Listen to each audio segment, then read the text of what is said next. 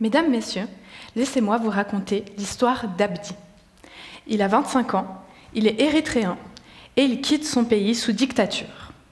Il traverse alors le désert, puis la Méditerranée et atteint l'Europe.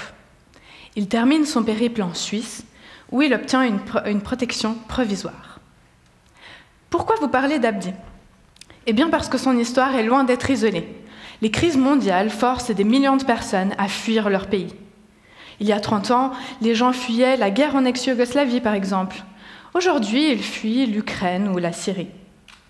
En Suisse, la protection est parfois accordée de manière uniquement provisoire, comme pour Abdi.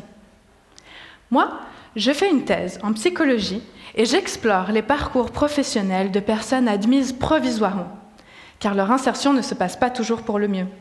Certains n'ont pas de travail, par exemple. Est-ce dû à un manque de motivation ou un manque d'opportunité ?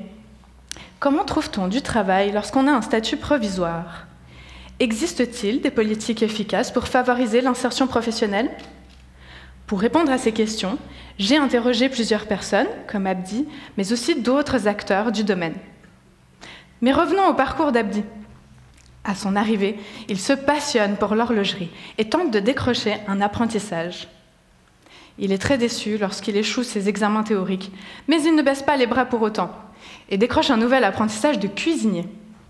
Alors, c'est difficile, les trajets sont longs, les horaires sont pénibles, mais il a un chef qui l'encourage énormément. Celui-ci se blesse, et là, l'ambiance change radicalement. Abdi n'est plus motivé, il n'arrive pas à terminer sa formation. Il aurait bien eu besoin du réconfort de sa famille, mais il n'a pas le droit de voyager avec son statut provisoire. Alors depuis, il fait des petits boulots à droite à gauche, mais sa situation n'est toujours pas stable, même après 10 ans en Suisse. Bon, j'entends déjà certains me dire « Oh mais il n'a qu'à se bouger les fesses, nom de bleu !» Mais ce n'est pas si simple.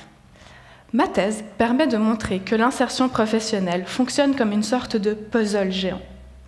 Prenez une pièce isolée. Elle n'a pas de sens. C'est en assemblant toutes les pièces que l'image complète se dévoile.